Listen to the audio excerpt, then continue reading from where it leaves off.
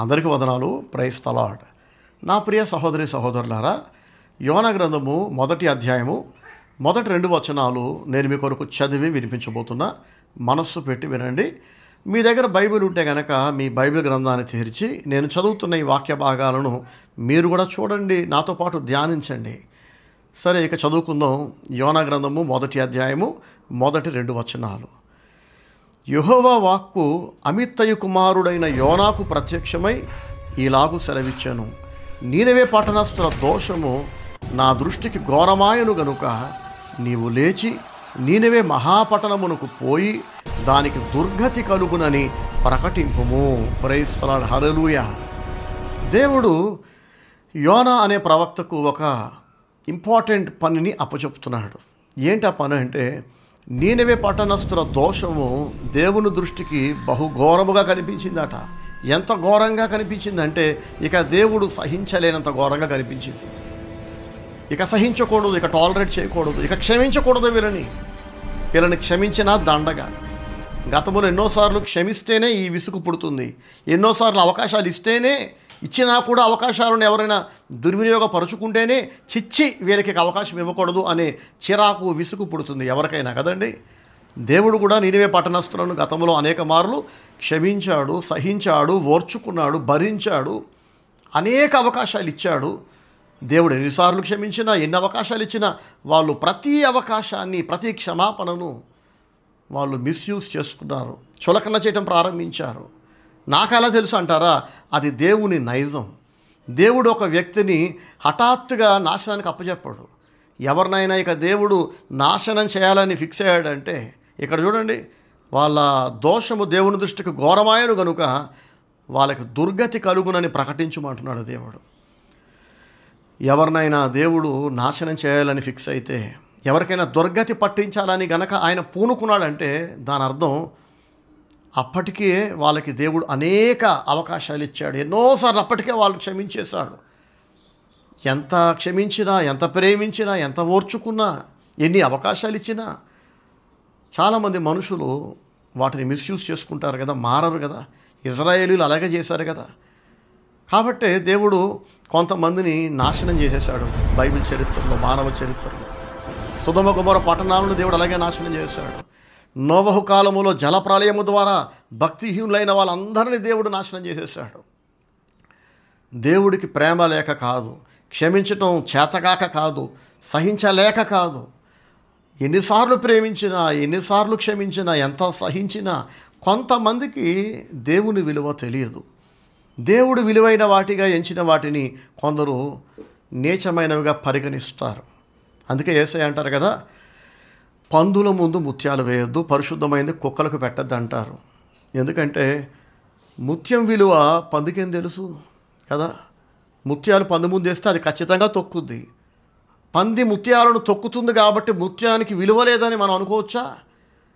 ముత్యానికి విలువ లేక కాదు, ముత్యం విలువైందే, కానీ అక్కడ ఉన్నది పంది, దానికి ముత్యం విలువ తెలియదు. ఒక పందికి ముత్యాన్ని దగ్గరగా తీసుకువెళ్తే అది తొక్కుతుందంట కాళ్ళతో. కాబట్టి అది పంది ప్రాబ్లం కాదు, విలువైన దానిని పంది ముందు పారేసినోడిదే తప్పు. అర్థమవుతుంది మీకు? పరిశుద్ధమైన వాటిని కుక్కలకు పెట్టద్దు అన్నాడు యేసయ్య. కుక్కల్లాంటి మనుషులు ఉంటారు, పందుల్లాంటి మనుషులు ఉంటారు. దేవుని విలువ తెలియదు, దేవుని భక్తుల విలువ వాళ్ళకి తెలియదు. దేవుడు ఎవరినైతే విలువైన వారిగా పరిగణించాడో, దేన్నైతే దేవుడు విలువైన వాటిగా ఎంచాడో వాటిని పందుల్లాంటి మనుషులు ఉంటారుగా, కుక్కల్లాంటి మనుషులు ఉంటారుగా, అలాంటి వాళ్ళు దేవుడు విలువైనవిగా ఎంచిన వాటిని వీళ్ళు నీచమైనవిగా ఎంచుతారు, వీళ్ళు తృణీకరిస్తారు, వీళ్ళు ఎగతాళి చేస్తారు. సో ఎవరైతే దేవుణ్ణి, దేవుని విలువను, దేవుని కార్యాలను, దేవుని వాక్యాన్ని, దేవుని చిత్తాన్ని, దేవునికి సంబంధించిన సమస్తాన్ని విలువ లేని వాటిగా పరిగణిస్తారో ఇక అట్లాంటి వాళ్ళకి దేవుడు దుర్గతి పట్టిస్తాడు. సో ఇక్కడ కూడా మనం అర్థం చేసుకోవచ్చు, నీనెవే పట్టణస్థులను దేవుడు గతములో అనేక మార్లు క్షమించాడు, ఓర్చుకున్నాడు, సహించాడు, అవకాశాలు ఇచ్చాడు. కానీ ఎన్నిసార్లు అవకాశాలు ఇచ్చినా వాళ్ళు మళ్ళీ పాత తప్పులే రిపీట్ చేస్తున్నారు. ఇక దేవుడు ఎంతకాలం క్షమించాలి, ఎంతకాలం ఓర్చుకోవాలి? మీ పట్ల ఎవరైనా ఇలాగే నడుచుకుంటే మీరు ఎంతకాలం ఓర్చుకుంటారు చెప్పండి? ఒకసారి మీతో మిస్బిహేవ్ చేశారు ఎవరో, మీతో అమర్యాదగా నడుచుకున్నారు, మిమ్మల్ని అవమానించారు. మీరు క్షమించి ఓర్చుకొని మళ్ళీ ఇంకొక అవకాశం ఇచ్చి వాళ్ళని మీ లైఫ్లో రానిచ్చారు. వాళ్ళు దాన్ని కూడా మిమ్మల్ని అవమానించడానికి వాడుకున్నారు, మీకు ద్రోహం చేయడానికి వాడుకున్నారు, మీకు వెన్నుపోటు పొడుస్తున్నారు, మీకు నష్టం చేస్తున్నారు. అవకాశం దొరికితే చాలు మీకు కీడు చేస్తున్నారు. అప్పుడు మీరేం చేస్తారు? మళ్ళీ అవకాశం ఇస్తారా? మళ్ళీ క్షమిస్తారా? పోనీ మీరు చాలా మంచోళ్ళండి, ఇంకో అవకాశం ఇచ్చారు, కానీ ఎంతకాలం ఇస్తారు ఇలాగా? ఏదో ఒక రోజు మీకు విసుగు పుడుతుంది కదా. దేవుడు కూడా అలాగే ఎవరినైనా నాశనానికి అప్పచెపుతున్నాడంటే వాళ్ళని క్షమించలేక కాదు. దేవుడు ఎవరైనా నాశనానికి అప్పచెపుతున్నాడు, దుర్గతి పట్టిస్తున్నాడంటే దాని అర్థం అప్పటికే వాళ్ళకి లెక్కలేనన్ని సార్లు అవకాశాలు ఇచ్చాడు. లెక్కలేనన్ని సార్లు వాళ్ళని ప్రేమించి, క్షమించి, ఓర్చుకొని, సహించి అనేక అవకాశాలు ఇచ్చి అనేక మంది ప్రవక్తలను వాళ్ళ దగ్గరికి ప్రతిరోజు పంపి హెచ్చరించి, ఎన్ని హెచ్చరికలు జారీ చేసినా మారు మనసు పొందకపోతే, పాత తప్పులే చేస్తూ పోతే, పాత తప్పులతో పాటు కొత్త తప్పులు కూడా చేస్తూ పోతే, దేవునికి భయపడకపోతే, దేవుని ప్రేమించకపోతే, దేవునికి లోబడకపోతే, దేవుడు పంపిస్తున్న ప్రవక్తలను ద్వేషించి వాళ్ళను రాళ్ళతో కొట్టి చంపితే అప్పుడు ఎంతకాలం ఓర్చుకుంటాడు దేవుడు? కాబట్టి the final warning to the citizens of Nineveh town through the prophet యోనా ప్రవక్త ద్వారా ఆఖరి హెచ్చరిక దేవుడు పంపిస్తున్నాడు. ఇనఫ్ ఈజ్ ఇనఫ్, చాలు, ఎక్కువైపోయింది ఇప్పటికే, మారితే ఇప్పుడు మారండి, లేదా మీకు దుర్గతి కలుగుతుంది. దుర్గతి అంటే ఆ తర్వాత వాళ్ళని శిక్షించడానికి ఏమీ ఉండదు. అదే the final judgement, the final punishment. ఆ తర్వాత వాళ్ళు మారాల్సిన అవసరం లేదు. ఎందుకంటే అసలు వాళ్ళు ఉండరు కనుక, వాళ్ళు కాలి బూడిదైపోతారు కనుక. సొదొమ పట్టణస్థులను చూడండి, సొదొమ గొమొర్రా పట్టణస్థుల పైన దేవుడు అగ్ని గంధకాలు కురిపించాడు, వాళ్ళు కాలి బూడిదైపోయారు. కాబట్టి మళ్ళీ కాలి బూడిదైపోయాక మారాల్సిన అవసరం ఉంటుందా? ఉండదు కదా. నా ప్రియ సహోదరి సహోదరులారా, ఏ కాలంలోనైనా ఏనాడైనా దేవుడు ఇలాగే నడుచుకుంటున్నాడు తన ప్రజలతో. నన్నైనా మిమ్మల్ని అయినా దేవుడు వెంటనే నాశనం చేయట్లా, వెంటనే దేవుడు శిక్షించట్లా. మనం మారాలని ఆయన ఎదురు చూస్తున్నాడు. మన మార్పు కొరకు ఆయన ప్రవక్తలను పంపిస్తున్నాడు. ఇప్పుడు మీరు వింటున్న ఈ సందేశాలు కూడా దేవుని ప్రేమలో భాగమే. దేవుడు నన్ను ప్రేరేపించి ఈ సందేశాలు రికార్డ్ చేసి మీ అందరికీ పంపిస్తున్నాడు. మీరు విని దేవుని వైపు తిరిగి వాక్యానుసారంగా మీ బుద్ధిని, మీ ఆలోచనను, మీ మాట తీరు, మీ బ్రతుకును మార్చుకోవాలనేది దేవుని సంకల్పం. అందరూ దేవుని వైపు తిరగాలి, అందరూ భక్తిగా బతకాలి, అందరూ దేవునికి లోబడాలి, బ్రతికుండగానే స్వర్గాన్ని అనుభవించాలి, దేవుని సహవాసం కలిగి ఉండాలి, చనిపోయాక దేవుని చేరుకోవాలి. ఎవరు నాశనం అవటం దేవుని చిత్తం కాదు. చనిపోయాక ఎవరు నరకాగ్ని పాలు కాకూడదు. బతుకుండగా ఎవరు దేవునికి దూరమై నరకపు యాతన అనుభవించకూడదు. ఇది దేవుని ప్రేమ. అయితే ఇంత ప్రేమిస్తున్న దేవుడు ఆ ప్రేమను మనం తృణీకరిస్తే, ఎగతాళి చేస్తే అంతే స్థాయిలో, కొన్నిసార్లు ఇంకా డబల్ స్థాయిలో దేవుడు కోపగించుకుంటాడు. ఇప్పుడు మళ్ళీ అదే వాక్యం చదువుతున్నా చూడండి. యోనా గ్రంథము 1వ అధ్యాయము 2వ వచనం. నీనెవే పట్టణస్థుల దోషము నా దృష్టికి ఘోరమాయును గనుక నీవు లేచి నీనెవే మహాపట్టణమునకు పోయి దానికి దుర్గతి కలుగునని ప్రకటింపుము. ఇక్కడ దేవుని ప్రేమ కనబడుతుంది. ఫైనల్ వార్నింగ్ ఇస్తున్నాడు దేవుడు నాశనం చేసే ముందు. చూసారండి, అసలు ఏ వార్నింగ్ లేకుండా ఒక సునామీ వచ్చేస్తే ఎంతమంది నాశనం అయిపోతారు చెప్పండి? ఏ వార్నింగ్ లేకుండా సడన్గా భూకంపం వస్తే ఎంతమంది చచ్చిపోతారు చెప్పండి? ఎంత నష్టం కదా. దేవుడు అలా చేయట్లా. అప్పటికే ఎందరో ప్రవక్తలు పంపించిన దేవుడు వాళ్ళు మారకపోగా ఇప్పుడు ఆఖరిసారి నాశనం చేసే ముందు యోనా ప్రవక్తను పంపిస్తున్నాడు. వెళ్ళు యోనా, వెళ్ళి వాళ్ళని హెచ్చరించు, మారమని చెప్పు, ఇప్పుడు కూడా మారకపోతే ఇక దుర్గతే అంటున్నాడు ఆయన. నా ప్రియ సహోదరి సహోదరులారా, ఆ స్థితి వరకు మనం దిగజారకూడదు, ఎన్నడూ దిగజారకూడదు. దేవుని సేవలో నేను చూసా, పందుల్లాంటి మనుషులను చూసా, కుక్కల్లాంటి మనుషులను చూసా, విలువలు లేని మనుషులు. దేవుని భయం ఉండదు, దేవుడు అంటే భక్తి ఉండదు, ప్రేమ ఉండదు. కానీ మళ్ళీ దేవుడు అంటారు, పాటలు పాడతారు, చర్చికి వెళ్తారు, కొందరైతే సేవ చేస్తున్నామంటారు, వాక్యం బోధిస్తుంటారు. మర్యాదలు నీకు లేకుండా, మినిమం మేనర్స్ లేకుండా, మినిమం హ్యూమన్ వాల్యూస్ లేకుండా, మినిమం బైబిల్ విలువలకు కట్టుబడి లేకుండా ఒక వ్యక్తి వాక్యం బోధించటం వల్ల ఏం ప్రయోజనం చెప్పండి కదా. సో దేవుడు చూస్తూ మౌనంగా ఉన్నాడంటే ఆయన ఎల్లకాలం ఇలాగే ఉంటాడని కాదు.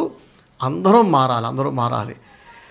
నీనివే పట్టణస్థులు తప్పు చేశారు కనుక దేవుడు యోనాను పంపిస్తున్నాడు. మరి యోనా తప్పు చేస్తే యోనాను సరి చేయడానికి దేవుడు ఎవరిని పంపాలి? మీకు అర్థమవుతుందా? చేతికి మురికి అంటితే సబ్బు తీసుకొని కడుక్కుంటాం.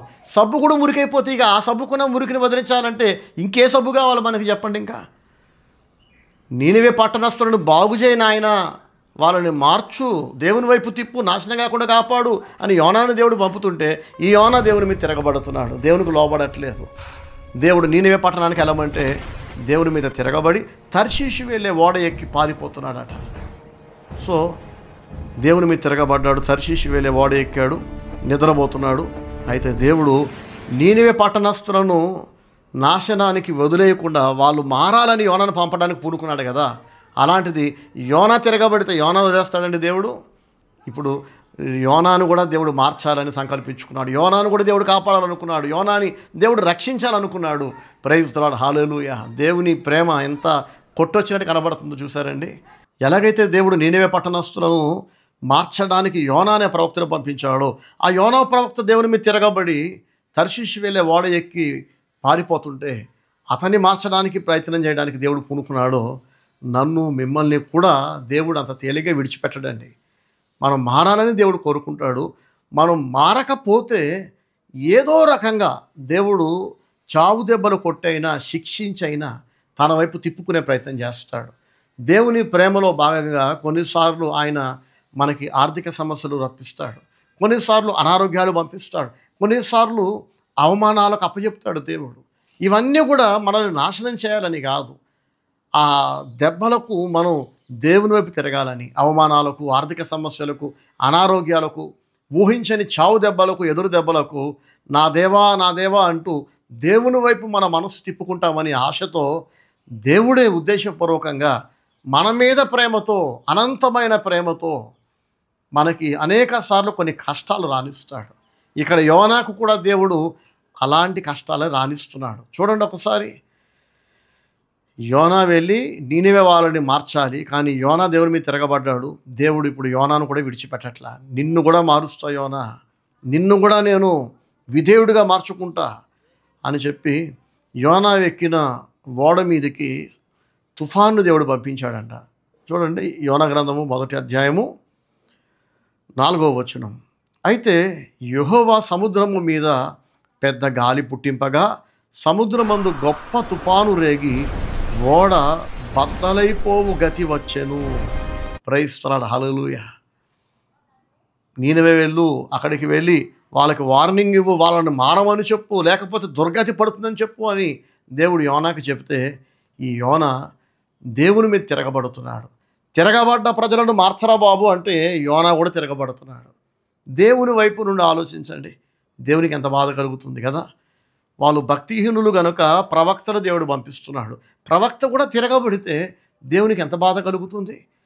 దేవుని బాధ మనకు అర్థం కావాలంటే అలాంటి పరిస్థితులే దేవుడు మనకి కూడా రాణిస్తాడు. తెలుసండి, చాలాసార్లు మనం బాధపడుతుంటాం. చూడండి, ఎవరు నా మాట వినట్లేదు, ఎవరు నాకు సహకరించట్లేదు, ఎవరు నాకు హెల్ప్ చేయట్లేదు, ఎవరు నాకు సపోర్ట్ చేయట్లేదు అని చాలాసార్లు మనుషులు బాధపడటం మనం చూస్తుంటాం. ఎవరు నీకు సపోర్ట్ చేయకపోతే నీకు బాధ వేస్తుంది, నీకు సహకరించకపోతే నీకు బాధ వేస్తుంది. అందరూ నిన్ను ప్రేమించాలి, నీకు సహాయం చేయాలి, సపోర్ట్ చేయాలి నువ్వు కోరుకుంటున్నావు. మరి నువ్వు దేవునితో ఎందుకు సహకరించట్లా? నువ్వు దేవునికి ఎందుకు లోబడట్లేదు? దేవుని నువ్వు ఎందుకు ప్రేమించట్లేదు? నువ్వు దేవుణ్ణి ప్రేమించినంత కాలము నీకు ప్రేమ దక్కకుండా దేవుడు చేస్తాడు. మనిషి ఏమి విత్తునో ఆ పంట కోయును కదా. నువ్వు ఎలాగైతే దేవుని మీద తిరగబడుతున్నావో, అన్యాయంగా ప్రవర్తిస్తున్నావో, మనుషులందరూ నీ పట్ల అన్యాయంగా నడుచుకునేలా దేవుడు చేస్తాడు. నువ్వేం చేస్తున్నావో దేవుని పట్ల సరిగ్గా నీకు అదే రిపీట్ అవుతుంది. ఎప్పటిదాకా? నువ్వు మారేంత దాకా. ఒకసారి కనుక నువ్వు ఈ బుద్ధి మార్చుకొని దేవునికి నువ్వు భయపడటం ప్రారంభిస్తే, నువ్వు న్యాయంగా నడుచుకుంటే దేవుని పట్ల, మనుషుల పట్ల, దేవుని ఆజ్ఞలకు నువ్వు లోబడి జీవించడం ప్రారంభిస్తే కనుక నీ పరిస్థితులన్నీ చక్కబడతాయి. నీకు అన్ని వైపులా దేవుడు నెమ్మదిస్తాడు. నిన్ను ప్రేమించాల్సిన వాళ్ళందరూ ప్రేమిస్తారు, నిన్ను ద్వేషించే వాళ్ళు కూడా నిన్ను ప్రేమించడం ప్రారంభిస్తారు. ఒకని ప్రవర్తన యెహోవాకు ప్రీతికరమైనప్పుడు ఆయన వాని విరోధులను కూడా వానికి మిత్రులుగా మారుస్తాడంట, వాని శత్రువులను కూడా మిత్రులుగా దేవుడు మారుస్తాడంట. ప్రైజ్ ది లార్డ్, హల్లెలూయా. మన ప్రవర్తన దేవునికి ప్రీతికరమైతే దేవుడు శత్రువులను మిత్రులుగా మారుస్తాడు. ఒకవేళ మన ప్రవర్తన దేవుని దృష్టికి గనక కోపం కలిగించేలాగా ఉంటే, మన ప్రవర్తన దేవుని దృష్టికి ఘోరమైన పాపములా కనిపిస్తే, అప్పుడు ఆయన ఏం చేస్తాడో తెలుసా? మన మిత్రులను కూడా శత్రువులుగా మారుస్తాడు. మన స్నేహితులను, శ్రేయోభిలాషులను, మన సొంత వాళ్ళని మనకి దేవుడు మేకులా మార్చి పారేస్తాడు. నీకు నెమ్మది ఉండదు. అప్పుడు ఇంట నెమ్మది ఉండదు, బయట నెమ్మది ఉండదు. ఇంట్లో సుఖం ఉండదు, బయట సుఖం ఉండదు. ఇంట బయట పని చేస్తున్న చోట, మీ నైబర్స్ తోటి, బంధువుల చోట, అన్ని చోట్ల కూడా నీకు వ్యతిరేకత ఉంటుంది. నీకు అవమానాలే మిగులుతాయి. నీకు శత్రుత్వం ప్రారంభమవుతుంది. సొలొమోను మహారాజు దగ్గర మనం ఇది చూస్తాం. సొలొమోను దేవుని మీద తిరగబడ్డాడు, దేవుణ్ణి బాధ పెడుతున్నాడు, దేవునికి లోపడట్లేదు. అన్య స్త్రీలను పెళ్లి చేసుకున్నాడు. విగ్రహారాధన చేసే స్త్రీలను పెళ్లి చేసుకొని వాళ్ళతో పాటు వాళ్ళ విగ్రహాలను కూడా ధ్యానించాడు. తర్వాత తన భార్యలను మెప్పించడానికి ఆ భార్యలు, విగ్రహారాధన చేస్తున్న భార్యలు తెచ్చుకున్న విగ్రహాలను సొలొమోను పూజించడం ప్రారంభించాడు. దేవుడని యెహోవా 2 మార్లు ప్రత్యక్షమై, సొలొమోను, ఇది నీకు తగదు, తెలియనడుగు చెప్తాం, నీకు అన్నీ తెలుసు కదా, నువ్వు మహామేధావివి, జ్ఞానివి కదా, నీకంటే ముందు కానీ నీ తర్వాత కానీ నీలాంటి జ్ఞాని లేడు కదా, అన్నీ తెలిసి కూడా నువ్వు ఎందుకు దిగజారిపోతున్నావు అని దేవుడు 2 మార్లు ప్రత్యక్షమై హెచ్చరించినా కూడా సొలొమోనికి దేవుని గురించి ఆలోచించట్లా. దేవుని బాధ అతనికి పట్టట్లేదు. అన్యాయంగా నడుచుకుంటున్నాడు దేవుని పట్ల. దావీదుకి చాలామంది కుమారులు ఉన్నారు. వాళ్ళలో ప్రతివాడు దావీదు తర్వాత నేనే రాజా అవ్వాలని ప్రతి కొడుకు కోరుకుంటున్నాడు. అలాంటి హై కాంపిటీషన్ ఉన్న టైంలో దేవుడు కనికరించి బత్షెబకు పుట్టిన సొలొమోనుని రాజును చేశాడు. దేవుడు కనికరించి తన తండ్రి సింహాసనాన్ని, వారసత్వాన్ని సొలొమోనుకి ఇస్తే, తన తోడబుట్టిన అన్నలందరి నుంచి ప్రాణాపాయం ఉంటే దేవుడు ఆ ప్రాణాపాయం నుంచి కాపాడి అన్ని వైపుల సుఖము, నెమ్మది, గౌరవ మర్యాదలు, అధికారము, ఐశ్వర్యం ఇస్తే సొలొమోను దేవునికి కృతజ్ఞత కలిగి ఉండాల్సింది పోయి, విధేయుడిగా ఉండాల్సింది పోయి తన భార్యలను సంతోషపెడుతున్నాడు. దేవుడు ఇప్పుడు పట్టట్ల అతనికి. భార్యను సంతోషపెడుతున్నాడు, వాళ్ళ చిత్తాన్ని జరిగిస్తున్నాడు, వాళ్ళకి నచ్చినట్టు బతుకుతున్నాడు. ఎంత చెప్పినా వినకపోతే దేవుడు ఏం చేశాడు తెలుసా? సొలొమోను దేవుని పట్ల ఎలా అడ్డగోలుగా నడుచుకుంటున్నాడో సొలొమోను లైఫ్లో పరిస్థితులన్నీ అలాగే అడ్డగోలుగా దేవుడు మార్చేశాడు. పరిస్థితులన్నీ తారుమారైపోయాయి. దేవుడు హదదు అనే ఒకడిని సొలొమోనుకి విరోధిగా రేపెను అని రాసుంటుంది. ప్రైజ్ ది లార్డ్, హల్లెలూయా. సొలొమోనుకి వ్యతిరేకంగా హదదు అనే ఒకడు పైకి లేచాడంట. తిరుగుబాటు స్వరాన్ని లేవనెత్తాడు హదదు అనేవాడు. ఆ హదదు అనేవాడిని చంపడానికి సొలొమోను పూనుకుంటే మరొక వైపు ఇంకొకడిని దేవుడు రేపాడంట. వాడిని చంపాలని పూనుకుంటే ఇంకొకడిని లేపాడు. అట్లా కొద్ది కాలంలోనే సొలొమోను రాజ్యములో అన్ని వైపులా అనేక మంది విరోధులు దేవుని చేత లేపబడ్డారు. మీకు అర్థమవుతుందా? సొలొమోనుకి అన్ని వైపులా నెమ్మదిచ్చిన దేవుడే ఇప్పుడు అన్ని వైపులా విరోధులను లేపుతున్నాడు. ఎందుకు లేపుతున్నాడు? సొలొమోను దేవునికి విరోధంగా మారిపోయాడు. ఇతను దేవునితో ఎలా నడుచుకుంటున్నాడో ఇతని పట్ల అందరూ అలాగే నడుచుకునేలాగా దేవుడు పరిస్థితులు మార్చేశాడు. నా ప్రియ సహోదరి సహోదరులారా, ఇలాంటి అనుభవాలు నాకు చాలా ఉన్నాయి. ఇదేదో ఎక్కడో పుస్తకాల్లో చదివి నేను చెప్పట్లేదు. నా లైఫ్లో నేను అనుభవించి చెప్తున్నా. నేను దేవుణ్ణి చాలా ప్రేమించిన కాలంలో, ఎక్కువ విధేయుడుగా ఉన్నప్పుడు, చాలా ప్రేయర్ఫుల్గా, స్పిరిచువల్గా ఉన్నప్పుడు నా లైఫ్లో అన్ని వైపులా దేవుడు ఆశీర్వాదకరంగా పరిస్థితులు మార్చేసేవాడు. అసలు వ్యతిరేకత లేదు నాకు. అన్ని వైపులా ప్రేమించేవాళ్ళే, అన్ని వైపులా సహాయం చేసేవాళ్ళే, ఎటు చూసిన ఆదరణ, ఎటు చూసినా సహాయపడేవాళ్ళే. కానీ ఎప్పుడైనా ఇలా దేవుని సేవ పేరుతో, మళ్ళీ దేవుని సేవ పేరుతోనే, వేరే పనులేం కాదు, సినిమాలు షికార్లకి వెళ్ళి కాదు, దేవుని సేవలో బిజీగా ఉండి బైబిల్ ధ్యానించడం తగ్గించి, ప్రార్థన తగ్గిపోయి, దేవునితో నా పర్సనల్ ఫెలోషిప్ టైం తగ్గిపోయి, నేను దేవునికి దూరం అవుతున్న స్థితిలో దేవుడు నన్ను తన వైపు తిప్పుకోవడానికి, నన్ను ఇంకా భక్తిగా మార్చుకోవడానికి ఆయన మెల్లమెల్లగా నాకు అనుకూలంగా ఉన్న పరిస్థితులన్నిటినీ ప్రతికూలంగా మార్చేయటం నాకు బాగా తెలుసు. సహకరిస్తున్న బిడ్డలందరూ సహకరించకుండా పరాయి వాళ్ళ ప్రవర్తించటం, నిన్నటిదాకా ఆదరణ ఉన్న వాళ్ళు ఇప్పుడు గాయపరచటం, ఇట్లా చూస్తూ చూస్తూ పరిస్థితులన్నీ నాకు వ్యతిరేకంగా మారిపోయాయి.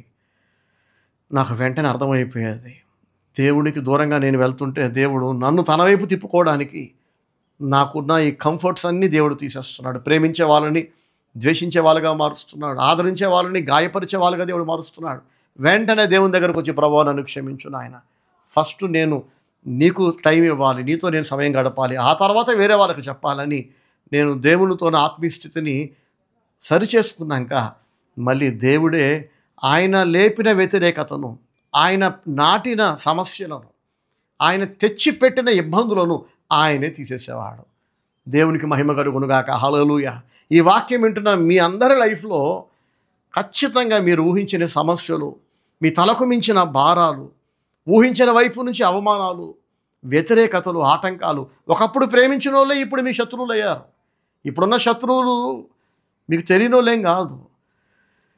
ఒకప్పుడు ఆప్తమిత్రులే ఇప్పుడు చాలా పెద్ద శత్రువులుగా మారిన ఉండొచ్చు ఒకవేళ, కదండి. సో ఫైనాన్షియల్ ప్రాబ్లమ్స్ కానీ, హెల్త్ ఇష్యూస్ కానీ, ఏక మనసు లేకపోవటం కానీ, అవమానాలు కానీ, మీ వ్యాపారాల్లో మీరు చేస్తున్న పనుల్లో ఎవ్వరు మీకు సాయం చేయకుండా, ఎవ్వరు సపోర్ట్ చేయకుండా, పైగా వాళ్ళే మీకు శత్రువులుగా మారుతున్నారంటే మీ బుద్ధి బాగోలేదు దేవుని ఎదుట అని గుర్తుపట్టండి. మీ బ్రతుకు బాగోలేదని గుర్తుపట్టండి. మీరు దేవునికి దూరంగా వెళ్ళిపోతున్నారని గుర్తుపట్టండి. మిమ్మల్ని సరిచేయడానికి, మీలో ఉన్న వంకరతనాన్ని తీసేయడానికి దేవుడు మీ లైఫ్లో అన్ని వైపులా వ్యతిరేకత, శత్రువులను దేవుడే నాటాడని గుర్తుపట్టుకోండి. ఇప్పటికైనా మీ బుద్ధిని మార్చుకోండి, దేవుని వాక్యానుసారంగా మార్చుకోండి. ఎక్కడ తప్పు చేస్తున్నారో మీకు తెలియకపోతే మీ సంఘ కాపరిని అడగండి, బ్రదర్ మేము ఎక్కడ పొరపాటు చేస్తున్నాం, మేము ఎక్కడ తప్పు చేస్తున్నాం మాకు తెలియజేయండి అని మీ పాస్టర్ గారిని అడగండి. ఆయన చెప్పినాక ఆయన మీద కోపం పెంచుకోకుండా, ద్వేషం పెంచుకోకుండా మీ తప్పులు సరి చేసుకోండి. దేవుడే మీకు నెమ్మదిస్తాడు. నీనివే పట్టణస్థులు తప్పు చేస్తే వాళ్ళను సరిచేయడానికి దేవుడు యోనాను పంపించాడు. యోనా తప్పు చేస్తే యోనా మీదికి దేవుడు తుఫానును పంపించాడు. Praise the Lord. హల్లెలూయా. ఎంత దయగల దేవుడు కదండి. దేవుడు శిక్షిస్తున్నాడు అంటే దాని అర్థం ఆయన క్రూరుడని కాదు. ఆ శిక్ష ప్రేమతో పంపిస్తున్నాడు. ఆ దెబ్బలన్నీ కూడా మేలు చేయడానికి, మనలో ఉన్న చెడును పిండి పారేయడానికి తప్ప మనల్ని నాశనం చేయడానికి కాదు. ఎంత పెద్ద తుఫాను అంటే ఆ ఓడలో ఉన్న మిగతా ప్రజలు ఓడ మునిగిపోతుందేమో తుఫానుకి అని చెప్పి ఓడలో ఉన్న సరుకులన్నీ పారేశారట. అయినా ఓడ నిమ్మలించట్లేదు, ఏం చేసినా నిమ్మలించట్లా. అప్పుడు ఎవరి కారణంగా ఈ తుఫాను వస్తుందని చెప్పి చీట్లేస్తే అది యోనా పేరు మీద వచ్చింది. ఎవరి యోనా అని చెప్పి వెతికితే యోనా దొరికాడు. యోనా దగ్గరికి వెళ్ళి అడిగారు, ఎవరు బాబు నువ్వు అని అంటే యోనా తనను తాను ఇలా చెప్పుకుంటున్నాడు. చూడండి, యోనా గ్రంథము 1వ అధ్యాయము 9-10 వచనాలు. అతడు వారితో ఇట్లా, నేను హెబ్రీయుడను, సముద్రమునకును భూమికిని సృష్టికర్తయై ఆకాశమందుండు దేవుడై ఉన్న యెహోవా యందు నేను భయభక్తులు గలవాడనై ఉన్నాను.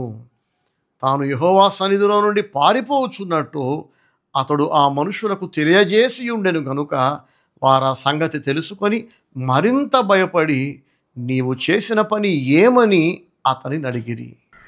యోనా అంటున్నాడు, సముద్రమునకును భూమికిని సృష్టికర్తయై ఆకాశమందుండు దేవుడైన యెహోవా యందు నేను భయభక్తులు గలవాడనై ఉన్నాను అంటున్నాడు. ఇది అబద్ధమా కాదా? దేవునికి భయభక్తులు కలిగిన వాడిని అంటున్నాడు.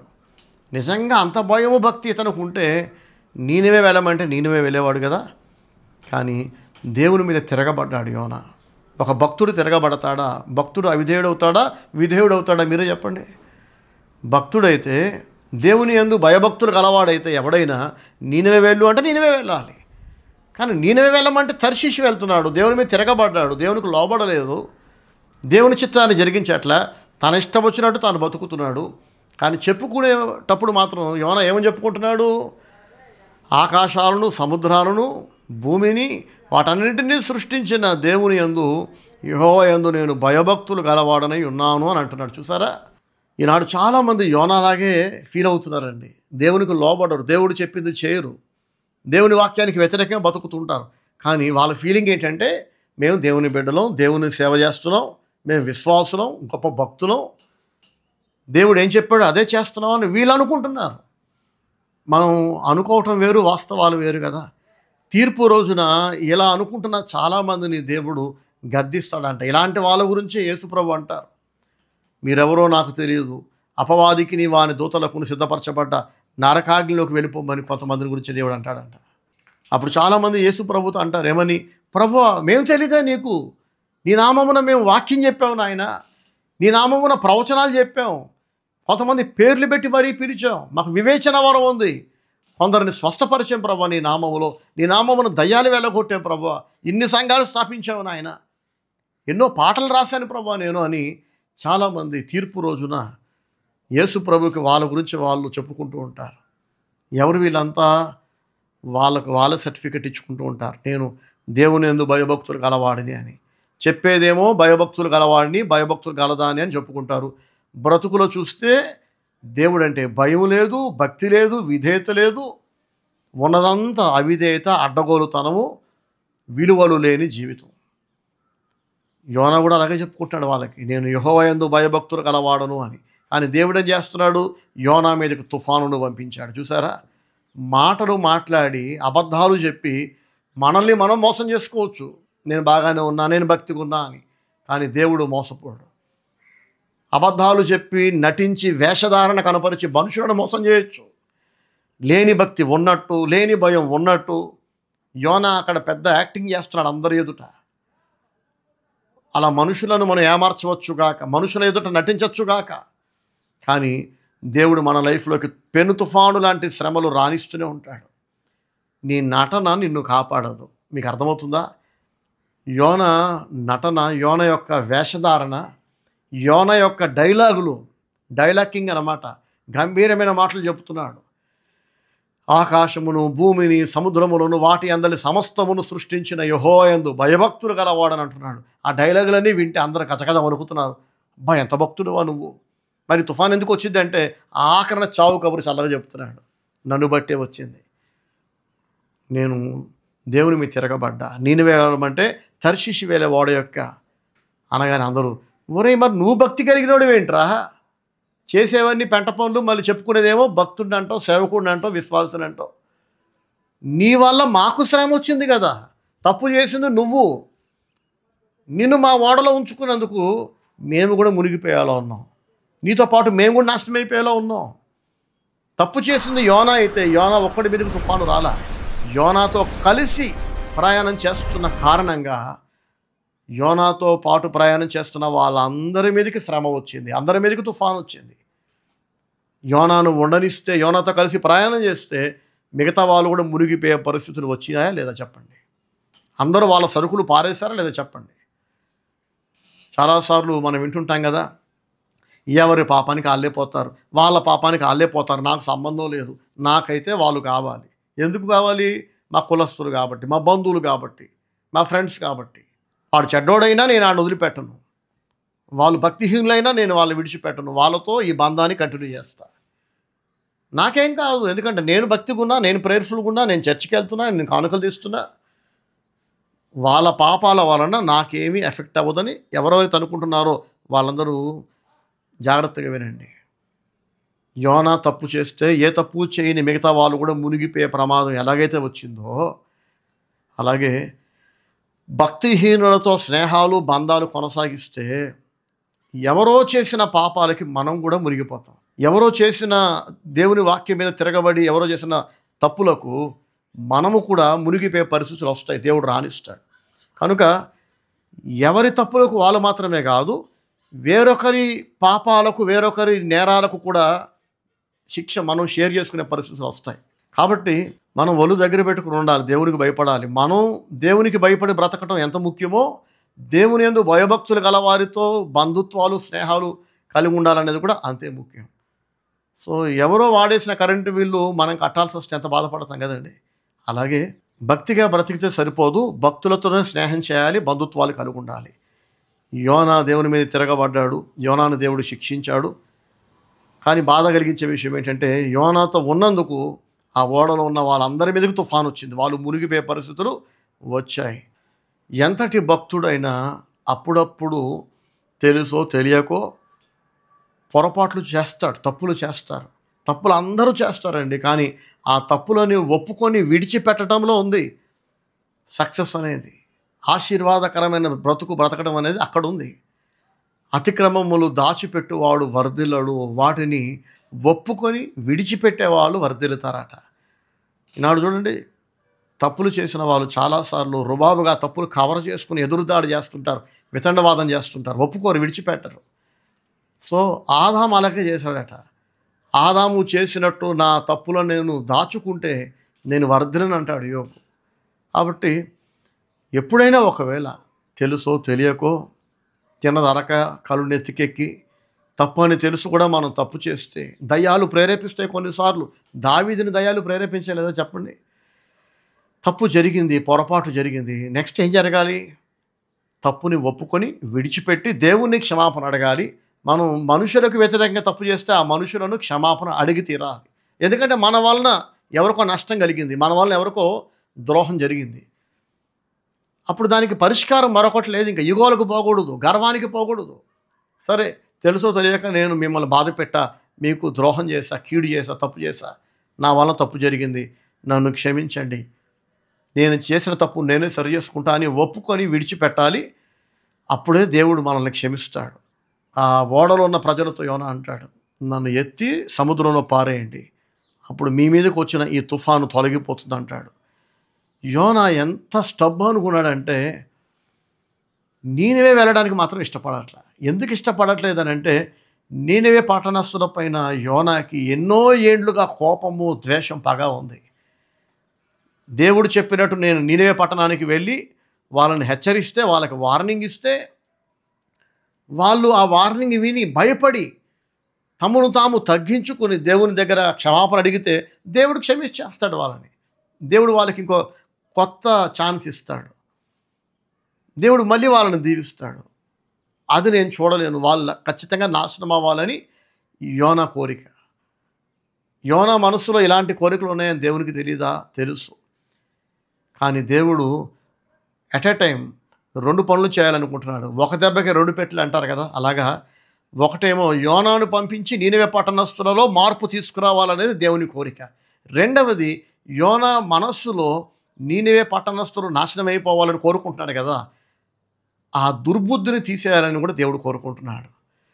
యోనా ఎవరంటే అతడు ఒక భక్తుడు, నిజమే, దేవుని యందు భయభక్తులు కలిగిన వాడు. దేవుడు నేరుగా యోనాతో మాట్లాడి ఒక పని అప్పచెప్తున్నాడంటే ఇతనికి దేవునితో ఎంత గొప్ప అనుబంధం ఉంది ఆలోచించండి. దేవునితో మాట్లాడే స్థితి ఉంది, దేవుడు యోనాతో మాట్లాడితే వినే స్థితి కూడా ఉంది అతనికి. అంత ఆత్మీయంగా ఉన్నాడు. ఇంత ఆత్మీయంగా ఉన్న ఒక వ్యక్తిలో ఎవరో నాశనం అయిపోవాలనే ఒక దుర్బుద్ధి కూడా ఉంది. నీనెవే పట్టణస్థులు బహుశా ఇజ్రాయేలీయులకి ఏమైనా గతంలో నష్టం చేశారేమో, ద్రోహం చేశారేమో కదండి. కాబట్టి ఇప్పుడు యోనా దెబ్బకు దెబ్బ కోరుకుంటున్నాడు. దేవుడు వాళ్ళని క్షమించకూడదు, దేవుడు వాళ్ళకి ఇంకో అవకాశం ఇవ్వకూడదు, వాళ్ళని నాశనం చేసేయాలి. నేను వెళ్ళి దేవుని ఉగ్రత వస్తుందని ప్రకటిస్తే, వాళ్ళు పశ్చాత్తాపడితే, దేవుడు క్షమిస్తే అమ్మో నేను భరించలేను అనుకుంటున్నాడు. కానీ ఇక్కడ దేవుడు యోనాకు ఒక పాఠం నేర్పాలనుకుంటున్నాడు. యోనా, ఎవరైనా మారాల్సిందే, ఎవరైనా బుద్ధి మార్చుకొని దేవుని దగ్గర క్షమాపణ పొంది ఆశీర్వదించబడాల్సిందే. ఏ ఒక్కరు కూడా నాశనం కావాలని మనం కోరుకోకూడదు, ఎవరి పతనాన్ని ఆశపడకూడదు, ఏ ఒక్కరు కూడా దెబ్బతినాలని కోరుకోకూడదు. అది తప్పు.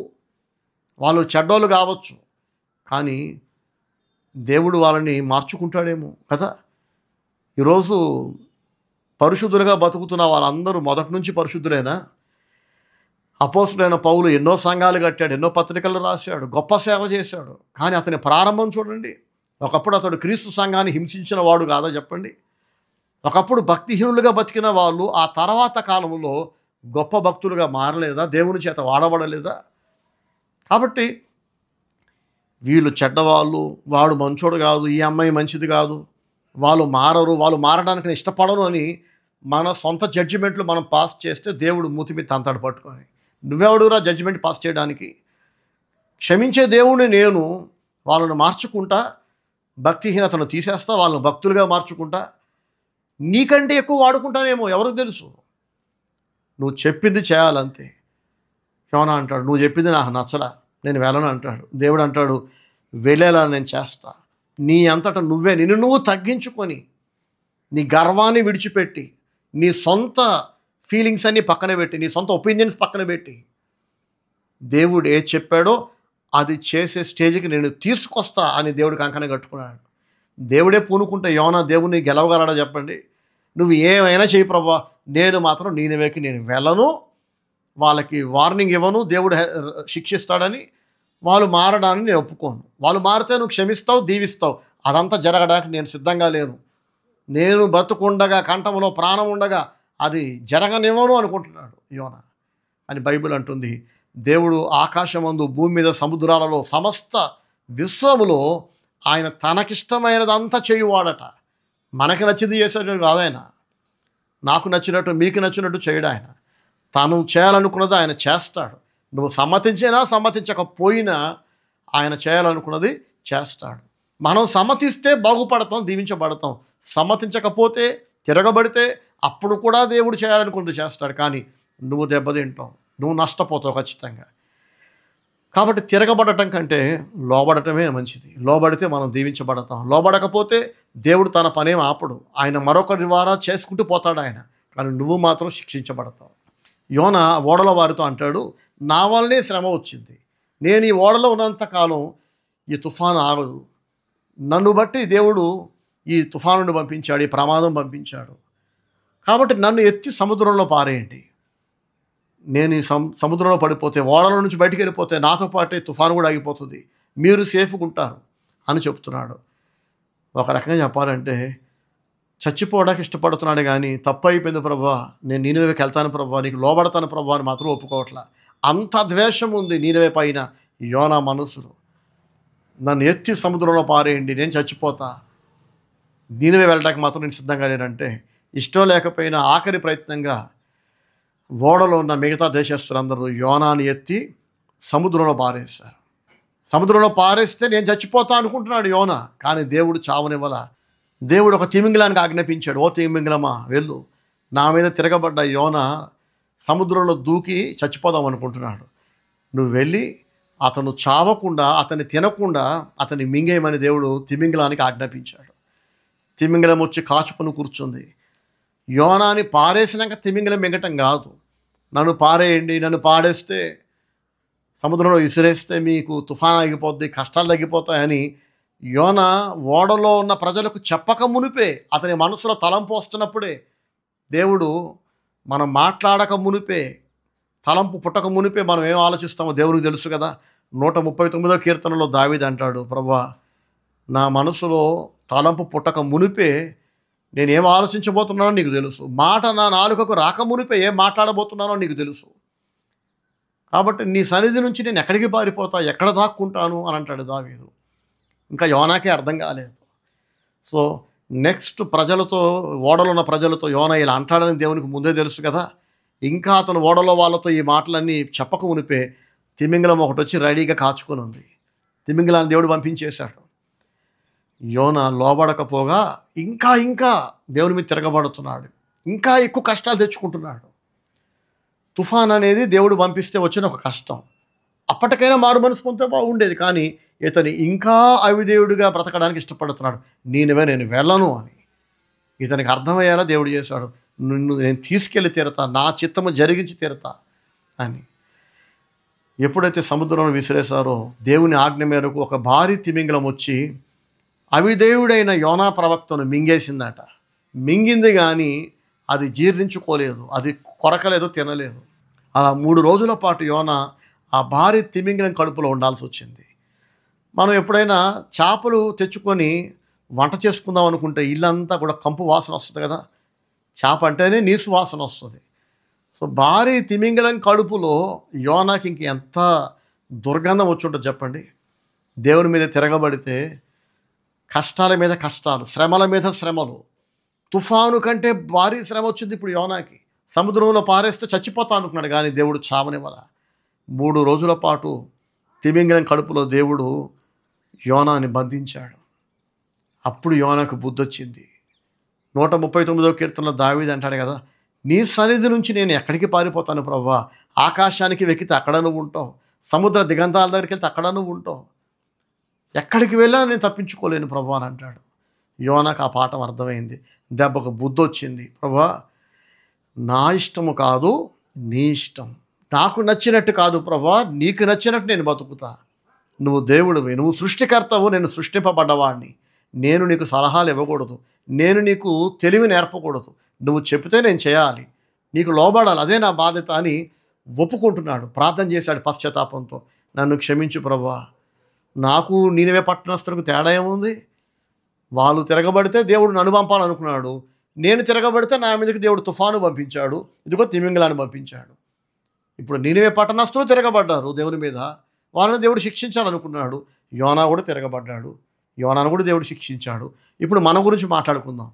మనం కూడా దేవుని మీద తిరగబడితే మనము కూడా శిక్షించబడతాం. ఇది అర్థమైతే ఈ సందేశానికి ఇక న్యాయం చేసినట్టే. నేను దేవుడు ఎవరిని విడిచిపెట్టాడు, అందరినీ శిక్షించి మార్చుకుంటాడు. ఆ శిక్ష కూడా పగతో కాదు, మన మీద ప్రేమతో. మనం మారాలి, దేవునికి లోబడాలి, ఆయన చిత్తానుసారంగా మారాలి. యోనాలో మార్పు వచ్చినాక దేవుడు తిమింగలానికి ఆజ్ఞాపించాడు, ఓ తిమింగలమా వెళ్ళి నీనెవే పట్టణం యొక్క సీషోర్ దగ్గర నువ్వు కక్కేసేయి. బీచ్లో కక్కేయమంటే భారీ తిమింగలం ప్రజలందరూ చూస్తుండగా వచ్చి యోనాని అక్కడ కక్కివేసింది. పెద్ద చేప కడుపులో నుంచి ప్రాణాలతో ఉన్న ఒక మనిషి బయటపడటం ఆశ్చర్యం కాదా, వింత కాదా చెప్పండి? ప్రజలందరూ ఆశ్చర్యపడ్డారు, ఏంటి వింత? యోనా ప్రాణాలతో తిమింగలం కక్కగానే ప్రాణాలతో నడుచుకుంటూ వస్తుంటే అందరూ చూసి ఆశ్చర్యపడ్డారు. యోనాని అడుగుతున్నారు, ఎవరయ్యా నువ్వు అంటే, దేవుడు నన్ను మీ దగ్గరికి పంపించాడు, దేవుడు మీకు హెచ్చరించమని, మీకు వార్నింగ్ ఇమ్మని నన్ను పంపించాడు. జరిగిన కథ అంతా యోనా వాళ్ళకు చెప్తున్నాడు. ఒకసారి మనం 3 వచనాలు వరుసగా చదువుకుందాం, ఇంకా బాగా అర్థమవుతుంది మనకి. బహుశా యోనా ఇదంతా వాళ్ళకి చెప్పే ఉంటాడు. యోనా గ్రంథం 1వ అధ్యాయము 4వ వచనం. అయితే యెహోవా సముద్రము మీద పెద్ద గాలి పుట్టింపగా సముద్రమందు గొప్ప తుఫాను రేగి ఓడ బద్దలైపోవు గతి వచ్చాను. యెహోవా పెద్ద గాలిని పుట్టింపగా, చూసారా, గాలి ఎవరు పుట్టించారు? సముద్రం మీద యెహోవా పుట్టించాడు. సముద్రమందు గొప్ప తుఫాను రేగి ఓడ బద్దలైపోయే పరిస్థితి దేవుడు రప్పించాడు. అది యాక్సిడెంటల్గా కలగలేదు, దానంతటా అది జరగల. యోనా యొక్క అవిధేయతను బట్టి ఇదంతా జరిగింది. నీనెవే పట్టణస్థుల అవిధేయతను బట్టి యోనా వెళ్లాల్సి వచ్చింది. యోనా తిరగబడితే దేవుడు తుఫాను పంపాడు ఓడ మీదకి. యోనా మారు మనసు పొందకుండా సముద్రంలో పారేయండి అని చెప్పినప్పుడు 2వ అధ్యాయం, యోనా గ్రంథం 2వ అధ్యాయము 10వ వచనం, యోనా దేవుని మీద ఇంకాస్త తిరుగుబాటు చేసి, తుఫాను పంపిస్తే నేను లోబడతానా? అయినా లోబడను. చాలామంది ఇలాగే, దేవుడు ఎన్ని శ్రమల పాలు చేసినా, ఎన్ని కష్టాలు పెట్టినా ఇంకాస్త గర్విష్ఠులే, ఇంకా అవిధేయులే, అప్పటికీ లోబడరు దేవునికి. అప్పుడు దేవుడు ఏం చేస్తాడు? ఇంకా ఎక్కువ శ్రమలు పంపిస్తాడు. చూడండి 1వ అధ్యాయం యోనా గ్రంథము 15వ వచనం, యోనాను ఎత్తి సముద్రంలో పడవేసరి, పడవేయగానే సముద్రము పొంగకుండా ఆగెను. ఇది చూడగా ఆ మనుషులు యెహోవాకు మిగుల భయపడి ఆయనకు బలి అర్పించి మొక్కుబళ్ళు చేసిరి. చూసారా, యోనాను బట్టి వచ్చిన తుఫాను యోనాను పారేయగానే దెబ్బక తుఫాను కూడా ఆగిపోయింది. అందరూ దేవునికి భయపడ్డారంట. నా ప్రియ సహోదరి సహోదరులారా, మన లైఫ్లో జరుగుతున్న ఏ పరిణామమైనా, ఏ పరిస్థితి అయినా అవి యాక్సిడెంటల్గా జరగట్లేదు, అనుకోకుండా వచ్చి పడట్లేదు. అది మంచి అయినా చెడైనా, సంతోషకరమైనదైనా బాధ కలిగించేదైనా దేవుడు సెలవిస్తేనే మన లైఫ్లో జరుగుతున్నాయని గుర్తుపట్టండి. అలా గుర్తుపట్టిన నాడు మంచి జరిగినప్పుడు దేవుణ్ణి స్తుతిస్తాం, ప్రభువా నన్ను కనికరించి నన్ను దీవించావా అని. అది గుర్తుపట్టినప్పుడు, దేవుని సెలవుతోనే అన్నీ జరుగుతున్నాయని గుర్తుపట్టినప్పుడు ఏదైనా కీడు జరిగితే కనుక అప్పుడు కూడా దేవుణ్ణి స్తుతిస్తాం, ప్రభువా నన్ను మార్చడానికి, నాలో ఉన్న గర్వాన్ని తీసివేయడానికి, నాలో ఉన్న అవిధేయతను విధేయతగా మార్చడానికి నువ్వు నన్ను కీడుకు అప్పగించావు, శ్రమలకు అప్పగించావు, ఆర్థిక సమస్యలకి, అనారోగ్యాలకి, అవమానాలకి, కుటుంబ సమస్యలకి నువ్వు అప్పగించావు. నువ్వు అప్పగిస్తేనే ఇవన్నీ వచ్చాయి, నువ్వు తీస్తేనే మళ్ళీ ఇవన్నీ కూడా పోతాయని మనం గుర్తుపడతాం. అలా కాకుండా దేవుడు పంపించింది కాదు, దేవుడు తీసేసేది కాదు. ఏదో మనుషులు అన్నాక కష్టాలు వస్తాయి, మనుషులు అన్నాక జబ్బులు వస్తాయి, మనుషులు అన్నాక ఆర్థిక సమస్యలు వస్తాయి, కుటుంబం అన్నాక గొడవలు రావా, సమస్యలు రావా, యాక్సిడెంట్లు అవ్వవా అని చెప్పి దేవుని వైపు తిరగకుండా, వాస్తవాన్ని గ్రహించకుండా ప్రతి బాధకి, ప్రతి కష్టానికి, ప్రతి సమస్యకు అన్నీ అనుకోకుండా జరిగినాయి, యాక్సిడెంట్లు జరిగినాయి అని చెప్పి వాస్తవాన్ని గ్రహించకుండా దేవుని వైపు తిరగకుండా ఉంటే కనుక ఇక మనకి రక్షణ లభించదు.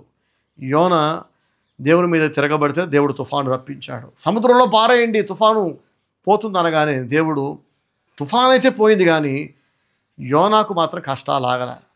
చూడండి 1వ అధ్యాయము 17వ వచనం, గొప్ప మత్స్యము ఒకటి యోనాను మృంగవలనని యెహోవా నియమించి ఉండగా యోనా 3 దినములు ఆ మత్స్యము యొక్క కడుపులో ఉండెను. చూసారా, దేవుడు పెద్ద మత్స్యాన్ని, అంటే ఒక భారీ తిమింగలాన్ని దేవుడు పంపించాడంట. తిమింగలాన్ని దేవుడు పంపించడం ఏంటి? తిమింగలం మాట్లాడుతుందా, వింటదా, లోబడుతుందా అంటే యావత్ సృష్టి దేవునికి లోబడుతుంది, ఒక్క మనిషి తప్ప. నోరు లేని జంతువులన్నీ దేవునికి లోబడుతున్నాయి. నోరున్న మనిషి, మాట్లాడగలిగిన మనిషి మాత్రం అన్నీ తెలిసి అన్నీ మాట్లాడతాడు, అన్నీ గ్రహిస్తాడు, కానీ దేవునికి మాత్రం లోబడట్లా. తిమింగలం దేవునికి లోబడింది. ఏలియాకు ఆహారం పంపించమని దేవుడు కాకులకు ఆజ్ఞాపిస్తే కాకులు లోబడ్డాయి దేవునికి. ఏలియా ప్రవక్తకు ఆహారం అందించాయి. బిలాం అనే ప్రవక్త బుద్ధిపూర్వకంగా తప్పు చేస్తుంటే దేవుడు వద్దు అన్నా కూడా అన్యాయంగా వచ్చే లంచపు సొమ్మును ఆశపడి పరిగెడుతుంటే అతనికి బుద్ధి చెప్పడానికి దేవుడు అతను ఎక్కి వెళుతున్న గాడిదను చూసారా, ఆ గాడిదకు దేవుడు మానవ స్వరాన్ని ఇచ్చాడంట. గాడిద నోరు తెరిచి మనిషిలాగా మాట్లాడటం ప్రారంభించింది బిలాము ప్రవక్తతో. బిలాముకి బుర్ర పనిచేయట్లేదు, కళ్ళ ముందు డబ్బు కనబడుతుంది. డబ్బు పిచ్చితో, ధనాపేక్షతో నిండిపోయిన బిలాము గాడిదతో కూడా మాట్లాడేస్తున్నాడు. మామూలుగా అయితే ఆశ్చర్యపడాలి కదా, గాడిద మనిషిలా మాట్లాడటం ఏంటి అని ఆశ్చర్యపడకుండా గాడిద అడిగింది బిలాముని, నేను నీ దాననైనది మొదలుకొని ఏనాడైనా నీ మీద తిరగబడ్డానా, నీకు లోబడకుండా ఉన్నానా అంటే బిలాము కూడా నోరు తెరిచి దాంతో మాట్లాడుతున్నాడు. లేదు లేదు, ఎప్పుడు లోబడ్డావు, ఈ మధ్య నీకెందుకో లోబడే మనసు పోయింది అని అంటే గాడిద మళ్ళీ ఇంకేదో చెప్తుంది. దానికి మళ్ళీ బిలాము ఇంకేదో అనుసరిస్తున్నాడు. మనిషి స్వరపేటిక మరొకలా ఉంటుంది, గాడిద స్వరపేటిక మరొకలా ఉంటుంది కదా.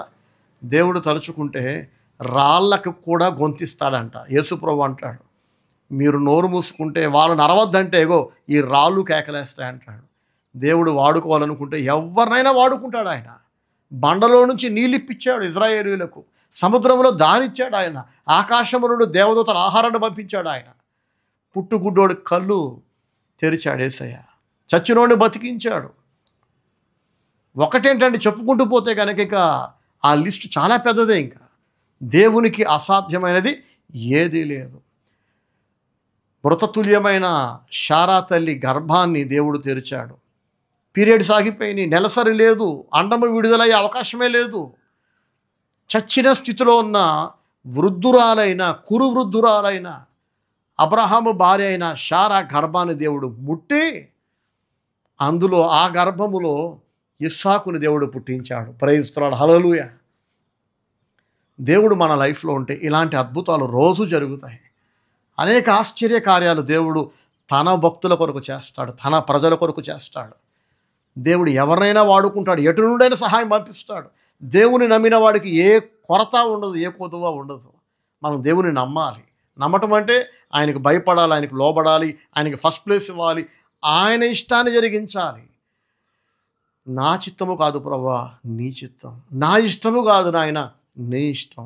నాకు నచ్చకపోయినా పర్వాలేదు, నాకు ఇష్టం లేకపోయినా పర్వాలా, నాకు కష్టమైనా పర్వాలేదు, నువ్వు చెప్పింది చేస్తా అనే మైండ్ సెట్ ఉంటే దేవుడు మన కొరకు అనేక ఆశ్చర్య కార్యాలు, అద్భుత కార్యాలు చేస్తాడు. సరే, ఇక్కడ తిమింగలాన్ని దేవుడు వాడుకున్నాడు. ఓ తిమింగలమా, ఓ భారీ మత్స్యమా, అదుగో యోన సముద్రంలో విసిరేయమని చెబుతున్నాడు. విసిరేస్తే చచ్చిపోతాడంట. అతను చావకుండా మింగాలి, నువ్వు అతను అరిగించుకోకూడదు. మింగాలి కానీ కొరకద్దు, తినద్దు, అరిగించుకోవద్దని తిమింగలానికి ఆజ్ఞాపిస్తే మాటలు మాట్లాడలేని తిమింగలం, నోరు లేని ఒక మోగజీవి దేవునికి లోబడుతుంది. ప్రైజ్ ది లార్డ్, హల్లెలూయా. తీర్పు రోజున యావత్ సృష్టి మనకు వ్యతిరేకంగా నిలబడుతుంది. పక్షులు, జంతువులు, తిమింగలాలు, చెట్లు, పుట్టలు, రాళ్ళు, రప్పలు అన్నీ నోరు తెరిచి మాట్లాడతాయి. ప్రభువా, వీళ్ళు నీ మీద తిరగబడ్డారు, మేమే సాక్ష్యమని ఆకాశం, భూమి, సముద్రాలు అన్నీ సాక్ష్యం ఇస్తాయట. దేవుడు ఆకాశమా ఆలకించు, భూమి చెవి ఎగ్గు అని యెషయా గ్రంథంలో ఆకాశాన్ని, భూమిని పిలుస్తాడు సాక్ష్యం కొరకు. నా జనులు నా మీద తిరగబడ్డారు, లెక్కలేనని రోజులు నన్ను మర్చిపోయారని.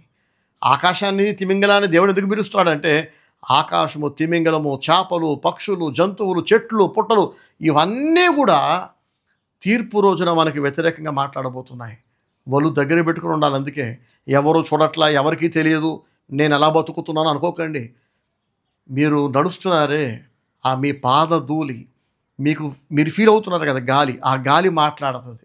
సూర్యుడు మాట్లాడతాడు తీర్పు రోజున, నేను చూశాను దేవుని మీద తిరగబడటం అని. తప్పించుకోవటం అసాధ్యం అండి. సో ఆ తిమింగం మింగేసింది యోనాని. అప్పుడు యోనా దేవునికి ప్రార్థించటం మొదలెట్టాడు. బుద్ధొచ్చింది, సత్యం తెలుసుకున్నాడు. దేవుని మీద తిరగబడి నా ఇష్టం వచ్చినట్టు నేను బతుకుతానంటే దేవుడు ఒప్పుకోడు. చిన్న శ్రమ పంపిస్తే లోబడకపోతే పెద్ద శ్రమ పంపిస్తాడు. చిన్న దెబ్బ కొట్టినప్పుడు మారకపోతే ఇంకా పెద్ద దెబ్బ కొడతాడు. ఎన్ని దెబ్బలు కొట్టినా మారకపోతే ఇక ఆఖరణ దుర్గతి పడుతుంది నీకు. ఇక ఆ తర్వాత నువ్వు మారాల్సిన అవసరం ఉండదు. ఇంకా నీనెవే పట్టణస్థులు మారకపోతే యోనాను పంపించాడు. యోనా మారకపోతే యోనాను కూడా విడిచిపెట్టలా దేవుడు. మనం మారకపోతే మనల్ని విడిచిపెడతాడా? ఖచ్చితంగా చావు దెబ్బ కొడతాడు కదా.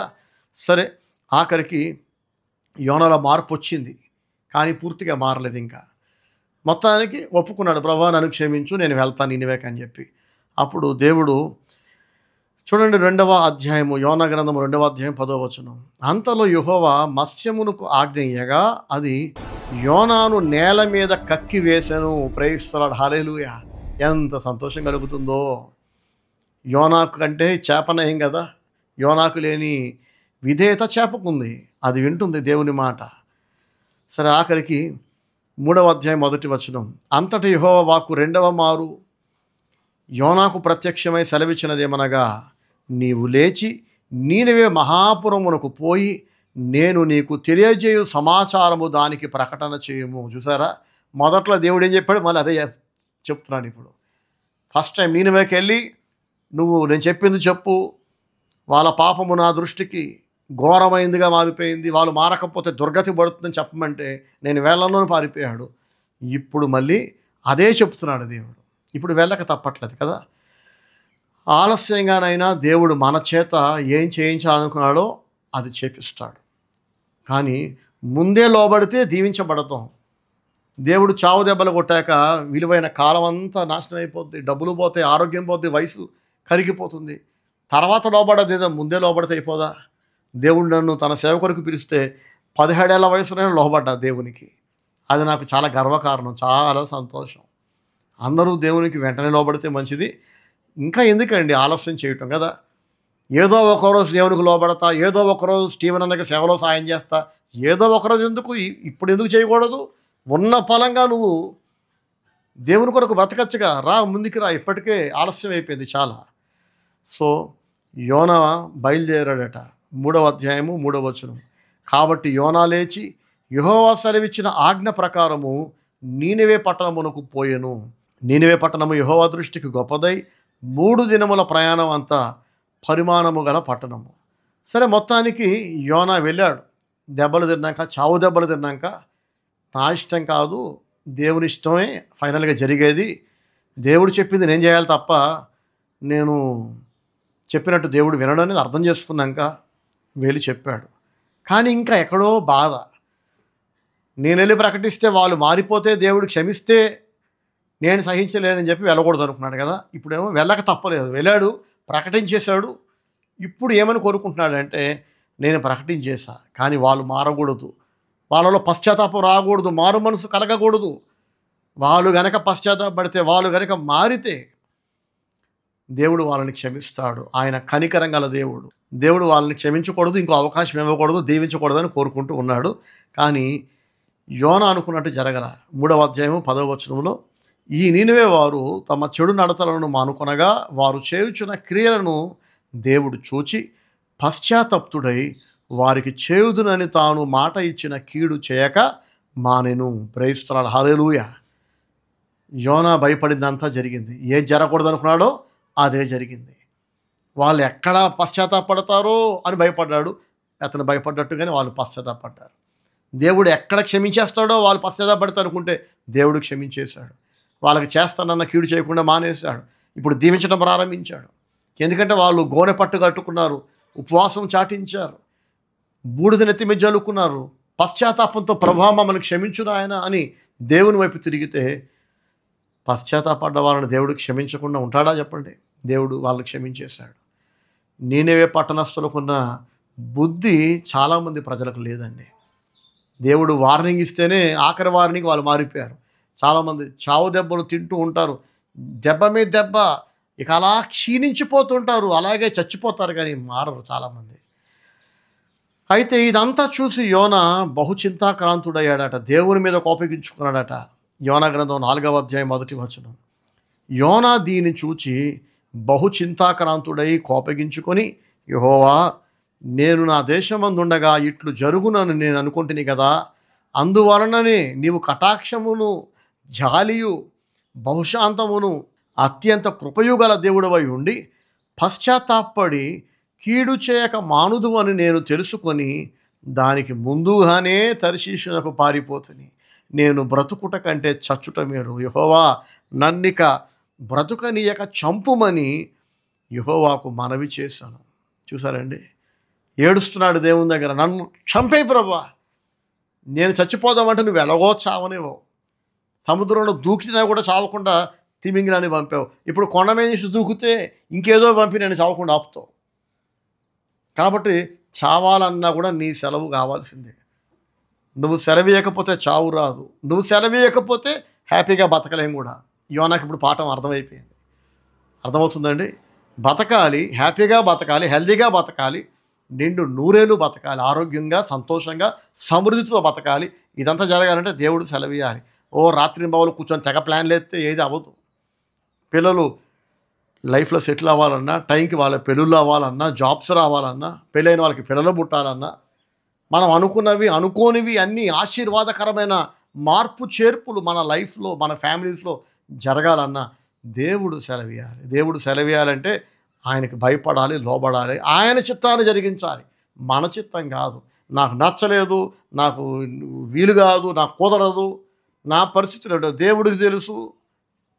మీరు ఎవరు అర్థం చేసుకోకపోయినా పర్వాలేదు అంటే దేవుడు దాంతో లాగి పెడితే అంత డెప్ మీద అంతా కింద పడతాం పట్టు. పిచ్చి మాటలు కట్టిపెట్టి నాకు కుదరదు, నాకు వీలు కాదు, దేవుడు తెలుసు, ఇలా మాట్లాడుతూ దెబ్బతింటున్న వాళ్ళు ఎంతమంది ఉన్నారో తెలుసండి. సో వినేవాళ్ళు వింటున్నారు, వినని వాళ్ళు వినట్లేదు. నేను ఒకటి ఫిక్స్ అయిపోయా, ఏంటంటే వినేవాళ్ళు అదృష్టవంతులు, వినని వాళ్ళు దురదృష్టవంతులు. నేనైతే నేనును నా ఇంటి వారును యెహోవాను సేవిస్తాం. ప్రభువా, ఎప్పుడెప్పుడు ఏ మార్పులు జరగాలో మా కుటుంబంలో, నా పిల్లల జీవితంలో, పరిచర్యలో ఆశీర్వాదకరమైన మార్పులు, దేన్ని కూడా నేను జరిగించలేను, దేన్ని కూడా జరగకుండా ఆపలేను. మంచి అయినా చెడైనా ఇదిగో నీ చేతికి అప్పగించుకున్నాం. నేను చేయాల్సింది నేను చేస్తా, నువ్వు చెప్పిందంతా చేస్తా, నాకు నచ్చకపోయినా చేస్తా, కష్టమైనా చేస్తా, నష్టపోయినా చేస్తా. నా లైఫ్లో జరగవలసిన ఆశీర్వాదకరమైనవన్నీ నువ్వు జరిగించు ప్రభువా అని దేవునికి అప్పచెప్పేసుకుంటా. యోనా దేవునికి ప్రార్థన చేస్తున్నాడు. అదిగో వాళ్ళు మారిపోతారు అనుకున్నా మారిపోయారు. నేను వచ్చి ప్రకటిస్తే వాళ్ళు మారతారని భయపడి నేను రాలేదు. నువ్వేమో మొండిగా తెచ్చి నా చేత ప్రకటింపజేస్తావు. ఇదిగో వాళ్ళు గోని పట్టు కట్టుకున్నారు, బూడి చేసుకున్నారు, ఉపవాసం ఉన్నారు. నువ్వేమో కృపగల దేవుడు అని నాకు ముందే తెలుసు. వాళ్ళు పశ్చాత్తాపడుతూ నువ్వు జాలి పడతావు, క్షమిస్తావు. కాబట్టి ఎవరైతే మారకూడదు, ఎవరైతే దేవుడి చేత దీవించబడకూడదు, క్షమించబడకూడదు అనుకున్నానో వాళ్ళు దీవించబడ్డారు, క్షమించబడ్డారు. ఇంకా నేను ఇదంతా చూడడానికా ప్రభా నేను బతుకుతుంది, వాళ్ళు నాశనం అవ్వాలని కోరుకుంటే నువ్వు వాళ్ళని దీవిస్తున్నావు. నేను బ్రతుకుట కంటే చచ్చుట మేలు, నన్ను బ్రతుకనీయక చంపుము అని యెహోవాకు మనవి చేశాను. అందుకు యెహోవా, నీవు కోపించుట న్యాయమా అని అడిగాను. అప్పుడు యోనా ఆ పట్టణముల నుండి పోయి దాని తూర్పు తట్టున బస చేసి అచ్చట పందిలి ఒకటి వేసుకొని ఆ పట్టణమునకు ఏమి సంభవించునో చూసేదనని ఆ నీడను కూర్చుని ఉండగా చింత చచ్చిన పులుపు చావలేదంటారు చూడండి. యోనాకి ఇంకా ఆశ చావల. ఇప్పుడు మారిపోయారు కదా, అందరూ ఉపవాసం ఉన్నారు, గోనె పట్ట కట్టుకున్నారు, బూడిద మీద వేసుకున్నారు, పశ్చాత్తాపడ్డారు, దేవుని క్షమాపణ అడిగారు, నీవే పట్టణస్థులు. ఇదంతా చూసి క్షమించడానికి సిద్ధంగా ఉన్న దేవుడు క్షమించేశాడు, జాలిగల దేవుడు. ఇప్పటికైనా బుద్ధి మార్చుకోవాలిగా. ఇంకా ఎక్కడో మినుకు మినుకు మినుకు అంటే ఒక ఆశ. మారినట్టే మారి, పశ్చాత్తాపడ్డట్టే పశ్చాత్తాపడి మళ్ళీ వాళ్ళు కనుక దేవుని మీద తిరగబడితే, మళ్ళీ పాత తప్పులు మళ్ళీ చేస్తే, అప్పుడు మళ్ళీ దేవుడు కోపగించుకొని వాళ్ళ మీదకి అగ్ని గంధకాలను కురిపించి వాళ్ళని కాల్చి బూడిద చేయకపోతాడా అని ఎక్కడో ఆశ. ఇలాంటి పిచ్చి కోరికలతో యోనా ఆ పట్టణానికి తూర్పు వైపున వెళ్ళి బస చేశాడంట. చూద్దాం ఏం జరుగుద్దో. లాస్ట్ బాల్ దాకా మ్యాచ్ ఏమవుద్దో తెలియదు అంటారు కదా క్రికెట్లో. కాబట్టి యోనా కూడా వారు పశ్చాత్తాపడ్డారు, దేవుడు క్షమించేశాడు. కానీ ఏమైనా జరగచ్చు, మళ్ళీ వాళ్ళు పాపం చేయొచ్చు, మళ్ళీ వాళ్ళని దేవుడు శపించవచ్చు. చూసారా, ఒక భక్తుడై ఉండి, ఒక ప్రవక్త అయి ఉండి, ఒక దైవజనుడై ఉండి ఒక పట్టణమంతా నాశనం కావాలని యోనా కోరుకుంటున్నాడు. ఎంత తప్పండి ఇది కదా. నాడు చాలామంది దేవుని ప్రజలు వేరే వాళ్ళ పతనాన్ని కోరుకొని ఎదురు చూస్తున్నారు. ఏంటంటే వీళ్ళు చెప్పే కారణాలు వాళ్ళు మంచోళ్ళు కాదు. నువ్వు మంచోడువా, నువ్వు మంచిదానివా, దేవుడు నిన్ను క్షమించట్లేదా, నీలో ఎన్నో లోపాలు బలహీనతలు దేవునికి ఆయాసకరమైనవి ఎన్నో ఉన్నప్పటికీ నిన్ను దేవుడు క్షమించి ఇంకొక అవకాశం ఇస్తేనే కదా నువ్వు ఇలా ఉన్నది. నిన్ను క్షమించిన దేవుడు అందరినీ క్షమించాలిగా, నీకు ఇచ్చిన అవకాశం అందరికీ ఇవ్వాలిగా. అని చాలామంది నన్ను దీవించు ప్రభువా, నన్ను మాత్రమే దీవించు ప్రభువా, ఇదిగో నా పిల్లలు దీవించు నాయన, నా పిల్లలు మాత్రమే దీవించు ప్రభువా అని కోరుకుంటారు. వేరే వాళ్ళ పిల్లలను దేవుడు ఆశీర్వదిస్తే వీళ్ళ మొహం కందగడ్డలో పెట్టుకుని తిరుగుతూ ఉంటారు. వీళ్ళకి జరిగిన నష్టమేం లేదు, వీళ్ళకి జరిగిన ద్రోహమేం లేదు. నీకు కావాల్సినవని నీకు ఇచ్చాను కదరా, ఇంకెందుకు ఏడుస్తున్నావు అంటే, నాకు ఇచ్చావు సరే, మళ్ళీ వాళ్ళకు కూడా ఎందుకు ఇస్తున్నావు ప్రభువా, వాళ్ళని కూడా ఎందుకు దీవిస్తున్నావు ప్రభువా, ఎవరిని దీవించొద్దు, నన్ను నా ఇంటినే దీవించు అని కోరుకుంటూ ఉంటారు. ఇలాంటి పిచ్చి కోరికలు దేవుడు తీర్చడు. తీర్చకపోగా దేవుడు ఇలాంటి కోరికలు కోరుకుంటున్న వాళ్ళని దెబ్బ మీద దెబ్బ కొడుతుంటాడు. ఇది చాలా తప్పు. దేవా నన్ను కనికరించో, నన్ను దీవించో, అందరినీ కనికరించు, అందరినీ దీవించు అని కోరుకోవాలి. ఇది దేవుని చిత్తానుసారమైన జీవితం. దేవుడు ఇలా కోరుకోమని చెప్పాడు మనకి. ఆయన పక్షపాతము లేని దేవుడు, ఒకరిని ఎక్కువగా ఒకరిని తక్కువగా దీవించే దేవుడు కాదు. పశ్చాత్తాపడితే ఎవరినైనా క్షమిస్తాడు, తిరగబడితే ఎవరినైనా తాంతాడు. ఇప్పుడు యోనాకి ఈ పాఠం నేర్పాలనుకున్నాడు. యోనా పట్టణం యొక్క తూర్పు తట్టున బస చేసి అక్కడ చిన్న పందిరి ఒకటి వేసుకున్నాడట. పట్టణానికి ఏం జరుగుతుందో చూద్దాం, వాళ్ళు తిరగబడకపోతారా, మళ్ళీ దేవుడు చంపకపోతాడా అని. దేవుడైన యెహోవా, చూడండి 4వ అధ్యాయము, యోనా గ్రంథము 4వ అధ్యాయము 6వ వచనం. దేవుడైన యెహోవా సొర చెట్టు ఒకటి ఏర్పరచి అతనికి కలిగిన శ్రమ పోగొట్టుటకై అది పెరిగి యోనా తలకు పైగా నీడ ఇచ్చినట్లు చేసెను. ఆ సొర చెట్టును చూచి యోనా బహు సంతోషించెను. యోనాకి నీడనివ్వడానికి దేవుడు ఒక సొర చెట్టును మొలిపించాడంట. బాగా వినండి, సొర చెట్టును ఎవరు మొలిపించారు? దేవుడే మొలిపించాడు. యోనాకి విశ్రాంతిని ఇవ్వడానికి, నీడనివ్వడానికి. 7వ వచనం చూడండి, 4:7.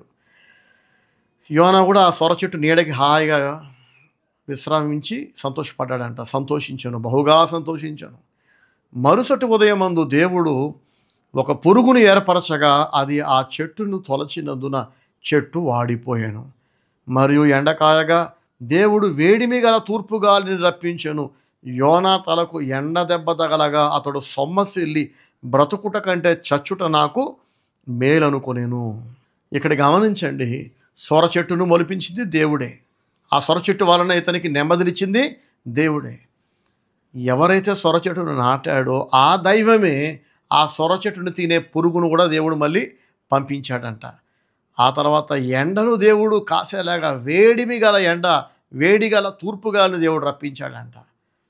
సొర చెట్టును నాటి పెంచి దాని వల్ల విశ్రాంతి వచ్చేలా చేశాడు దేవుడు. యోనాకు సుఖాన్ని ఇచ్చిన దేవుడే, సుఖాన్ని తీసేసింది కూడా మళ్ళీ ఆయనే కదా.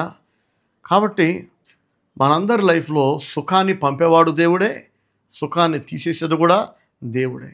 ఇది యోనాకు అర్థమయ్యేలా దేవుడు చేశాడు. సొర చెట్టును నాటి అతనికి నెమ్మదినిచ్చి మళ్ళీ ఆ సొర చెట్టును తినే పురుగును కూడా దేవుడు పంపించాడు. బాగా వేడిమి గల తూర్పు గాలిని ఎండను రప్పించి యోనాకి ఎండ దెబ్బలు తగిలేలా చేశాడు. సొమ్మసిల్లి నేను బ్రతుకుట కంటే చచ్చుట వేలనుకున్నాడు. అప్పుడు దేవుడు అన్నాడంట 8వ వచనంలో, 8-9 వచనాలు. అప్పుడు దేవుడు, ఈ సొర చెట్టును గురించి నీవు కోపించుట న్యాయమా అని యోనాను అడగగా, యోనా ప్రాణము పోవునంతగా కోపించుట న్యాయమే అనేను. అందుకు యెహోవా, నీవు కష్టపడకుండాను పెంచకుండాను ఒక రాత్రిలోనే పుట్టి పెరిగి ఒక రాత్రిలోనే వాడిపోయిన ఈ సొర చెట్టు విషయములో నీవు విచారపడుచున్నావే. అయితే 120,000 కంటే ఎక్కువై కుడి ఎడమలు ఎరుగని జనమును బహు పశువులను గల నీనెవే మహాపురము విషయములో నేను విచారపడవద్దా అని యోనాతో సెలవిచ్చాను. బేవరసగా పుట్టి పెరిగిన ఒక సొర చెట్టు గురించి యోనా ఏడుస్తున్నాడు బాగా. ఇతనేం నాటలేదు, నీళ్లు పోయలేదు, కంచె వేయలేదు, అసలు శ్రమ పడకుండా అది గాలికి పుట్టి పెరిగింది. దేవుడు దాన్ని పుట్టించాడు. యోనాకు నీడ ఇచ్చేంతగా ఒక్క రాత్రిలోనే పుట్టి భారీ పందిరిగా మారిపోయింది. అంతలోనే దేవుడు ఒక పురుగును పంపించాడు. అంతలోనే అంటే ఆహా దేవా నీకు వందనాలు, నా కొరకు ఒక పందిరి వేయించావు కదా అని మురిసిపోతుంటే పురుగు వచ్చింది, మొత్తం చెట్టుని కొరుక్కొని తినేసింది.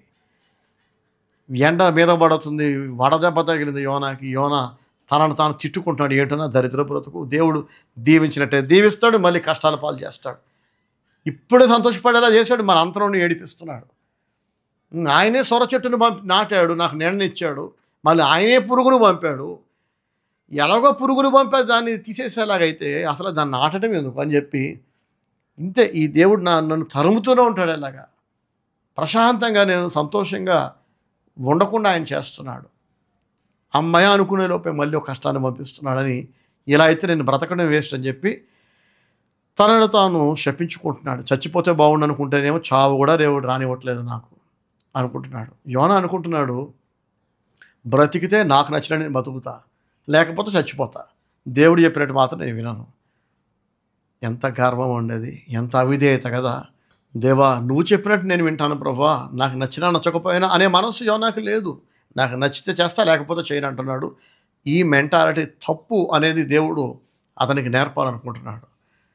దేవుడు అన్నాడు యోనాతో, యోనా నువ్వు నాటకుండా గాలికి బేవర్స్గా పుట్టి పెరిగిన ఒక చెట్టు చచ్చిపోతే ఎంత ఏడుస్తున్నావే, అయ్యో సొర చెట్ట, అయ్యో నా చెట్ట అని చెప్పి పల్లెటూరులో ఏడుస్తారు కదా చాలామంది, ఇలా గుడ్డలు కొట్టుకుని ఏడుస్తారు కదా, అలా చెట్టు గురించి ఏడుస్తున్నాడు యోనా. ఇప్పుడు నిన్నటిదాకా లేదా చెట్టు, రాత్రి లేదు, తెల్లారేసరికి చెట్టు ఉంది. నువ్వు నాటకుండా నీళ్లు పోయకుండా గాలికి పుట్టి పెరిగిన ఒక చెట్టు చచ్చిపోతే ఆ చెట్టు గురించి ఇంత బాధపడుతున్నావే. అలాంటిది దేవుడు అంటున్నాడు చూడండి 11వ వచనములో 10వ వచనం కూడా, అందుకు యెహోవా నీవు కష్టపడకుండాను పెంచకుండాను ఒక రాత్రిలోనే పుట్టి పెరిగి ఒక రాత్రిలోగానే వాడిపోయిన ఈ సొర చెట్టు విషయంలో నీవు విచారపడుచున్నావే. నువ్వు నాటకుండా ఒక రాత్రిలో పెరిగి చచ్చిపోయిన చెట్టు గురించే నీకు ఎంత బాధ వేస్తే, దాని మీద అంత ప్రేమ పెంచుకుంటే 120,000 కంటే ఎక్కువై కుడి ఎడమలు ఎరుగని జనమును బహు పశువులను గల నీనివే మహాపురము విషయములో నేను విచారపడవద్దా అని యోనాతో సెలవిచ్చాను. ప్రైజ్ ది లార్డ్, హల్లెలూయా. నువ్వు నాటకుండా పెరిగి గాలికి పుట్టి గాలికి చచ్చిపోయిన చెట్టు గురించే నువ్వు ఇంత బాధేస్తే, వాళ్ళు గాలికి పుట్టిన వాళ్ళు కాదురా నినివే పట్టణస్తులు, నా సృష్టి, నా పోలికలో నేను తయారు చేశాను వాళ్ళని, నా ఊపిరి ఊదాను, నా ప్రజలు వాళ్ళు.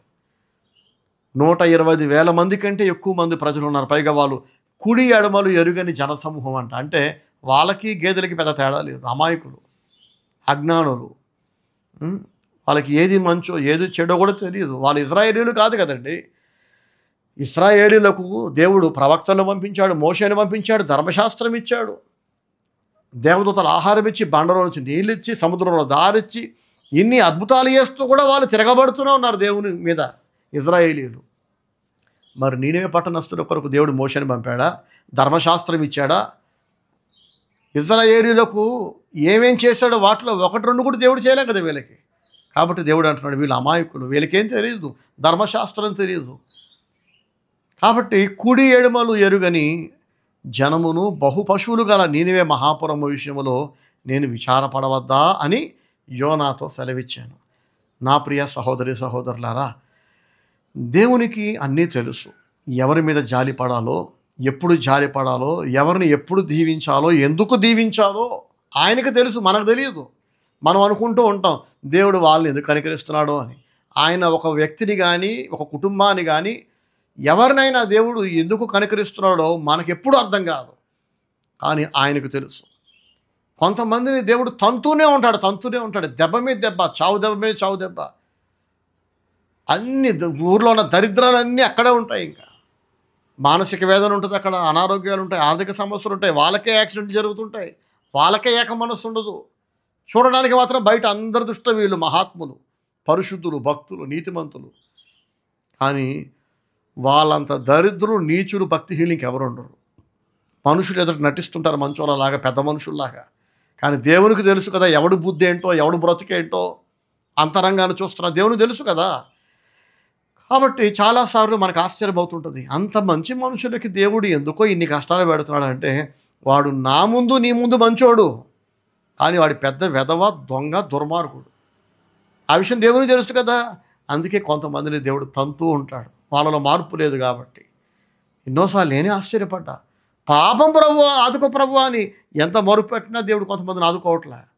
నీకేం తెలుసురా శాస్త్రి, ఆడి బుద్ధి ఎంత పెంట బుద్ధో. నీ ముందు నటిస్తున్నారు వాళ్ళు మంచోళ్ళలాగా. నిన్ను ఎన్నిసార్లు చెప్పించారు తెలుసా వాళ్ళు?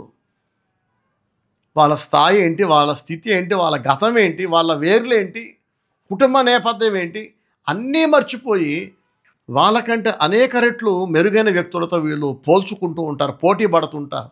వీళ్ళకంటే గొప్ప వ్యక్తులను మనసులో హీనపరుస్తుంటారు, తగ్గిస్తుంటారు. వాళ్ళే ఎక్కువ కాదు, మేమేం తక్కువ కాదు. జీవితం అంతా ప్రయాసపడ్డా కొంతమంది కాలి గోటుకు కూడా వీళ్ళు సరిపోరు. ఆ విషయం వాళ్ళకు కూడా తెలుసు. మరి వాస్తవాన్ని ఒప్పుకోవాలి కదా. ఇది నా బ్రతుకు, ఇది నా కొంప, నా కుటుంబం, మా అమ్మా నాన్నల బతుకు ఇది, మా ఫ్యామిలీ, మా చరిత్ర ఇది అని. ఇప్పుడు నా కుటుంబ నేపథ్యం ఏంటో నాకు తెలుసు కదండి. ఎవరి కుటుంబం, ఎవరి గతం వాళ్ళకి తెలుసు కదా. కానీ కొంతమంది గతాన్ని మర్చిపోతారు, తమను తామే అతిగా ఊహించుకుంటారు, హెచ్చించుకుంటారు. వాళ్ళకంటే గనులైన వాళ్ళనేమో తగ్గించే ప్రయత్నం చేస్తుంటారు. కానీ గుర్తుపెట్టుకోండి, దేవుడు అన్నీ చూస్తున్నాడు. మనం తగ్గించినంత మాత్రాన గనుల విలువ తగ్గదు. మనం తగ్గించాలనుకున్నంత మాత్రాన మహానుభావుల ఘనతను మనం తగ్గించలేము. మనం పిచ్చోళ్ళం అవుతాం.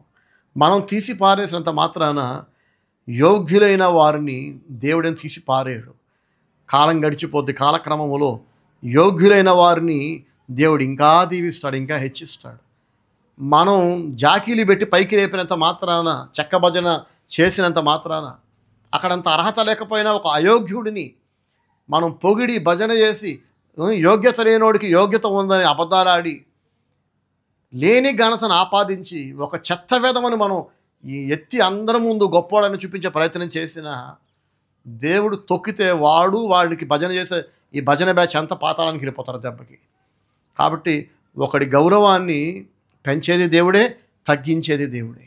సొర చెట్టును నాటింది దేవుడే, దాన్ని తినేసే పురుగును పుట్టించి అది సొర చెట్టును తినేలా చేసింది దేవుడే. తూర్పు వడగాలి రప్పించింది కూడా దేవుడే, ఎండదెబ్బ తగిలేలా చేసింది కూడా దేవుడే కదా. ఎవరి గౌరవాన్ని పెంచలేరు, తగ్గించలేరు. నా ప్రియ సహోదరి సహోదరులారా, యోనా గ్రంథము మనకు అనేక పాఠాలు నేర్పుతుంది.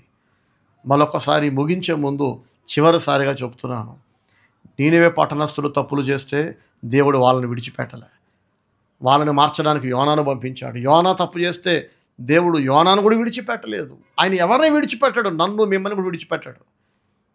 మారేదాకా తంతాడు, మారేదాకా తరిమి కొడతాడు. ఆయన చిన్న దెబ్బ కొడితే వినకపోతే పెద్ద దెబ్బ కొడతాడు. నువ్వు మారి తీరాల్సిందే, నీ గర్వాన్ని విడిచిపెట్టాల్సిందే. నేను మారను అని భీష్మించి కూర్చుంటే, నీ గర్వాన్ని తగ్గించుకోకపోతే ఆఖరణ జరిగేది ఏంటంటే, యోనా గ్రంథం 1వ అధ్యాయంలో మనం చూస్తాం కదా. దేవుడు అంటాడు చూడండి, 2వ వచనంలో, నీనెవే పట్టణస్థుల దోషము నా దృష్టికి ఘోరమాయను గనుక నీవు లేచి నీనెవే మహాపట్టణమునకు పోయి దానికి దుర్గతి కలుగునని ప్రకటించు. ఎన్నిసార్లు క్షమించినా, ఎన్నిసార్లు ప్రేమించినా, ఎంత సహించినా, ఎంత ఓర్చుకున్నా, ఎన్ని అవకాశాలు ఇచ్చినా మారకపోతే పాపము పెరిగి, దోషము పెరిగి, ఆఖరికి దేవుడు ఇక నీకు no more forgiveness, no more chances అని చెప్పి ఆపేస్తాడు.